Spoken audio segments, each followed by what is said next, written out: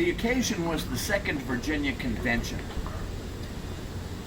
Bear in mind that when we learned of the British Navy closing off the port of Boston, we resolved here in Williamsburg that we would observe a day of fasting and prayer to show our support and our sympathy for those distressed souls in Boston. As a result, Lord Dunmore, our final royal governor, dissolved the assembly, and we never met again as a colonial legislature.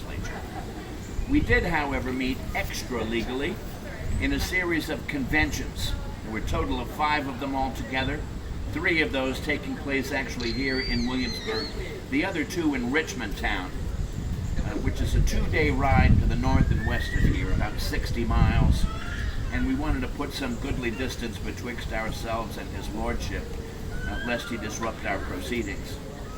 The second convention took place in Richmond in the town church. It, after all, is the only building large enough to accommodate the 120 men in attendance at that convention. Blood had not yet been spilled at Lexington Green, but I knew it was inevitable.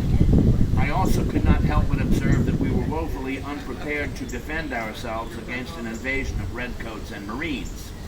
And so I introduced a resolution on the 23rd of March, 1775, that Virginia place herself into a posture of defense, in effect arming every able-bodied male between the ages of 16 and 60, that they all be trained to arms and prepared to march at a moment's notice to the defense of our country.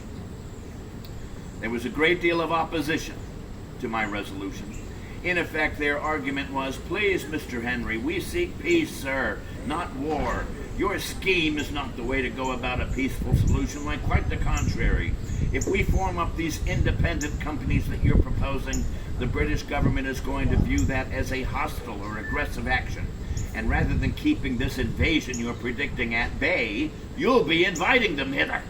And they'll do here in Virginia the same atrocities that they've already committed in Massachusetts Bay. Peace, Mr. Henry, peace. And furthermore, sir, have you lost your senses? We are far too weak to give any consideration to contesting the might of the great British Lion." Well, I looked about the town church from the third pew and became increasingly alarmed that these very eloquent gentlemen and very influential gentlemen had successfully persuaded a majority of men to vote against my resolution, thus continuing us in this defenseless state. That's when I desired to be recognized, took to the floor and delivered a great many more words than future generations might realize, for I am not one for brevity, but which did indeed conclude with, "I know not what course others may take, glaring at my opposition, but as for me, give me liberty, breaking imaginary chains, or give me death, driving into my breast an ivory letter opener, which I frequently carry about my person." I don't have it with me currently, but anyway, the majority, though a very slight majority, did favor my resolution. Those independent companies began to form immediately, and without wishing to appear boastful or immodest, as to my ability to predict future events with great accuracy by studying the past, some of the things that I warned of in that speech, that the British government was certain to attempt here as they had already elsewhere, were indeed attempted. In fact, one of them, the theft of the gunpowder from the public magazine, less than 3 weeks later. And that's, of course, when blood was also spilled at Lexington Green. But we in Virginia were at the ready.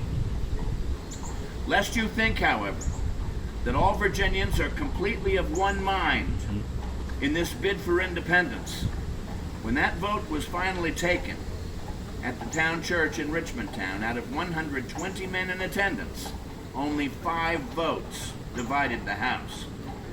We were almost evenly divided at that time in terms of whether we should seek independency or not, almost divided evenly into halves. I wonder if we'll ever see that day again. Thank you.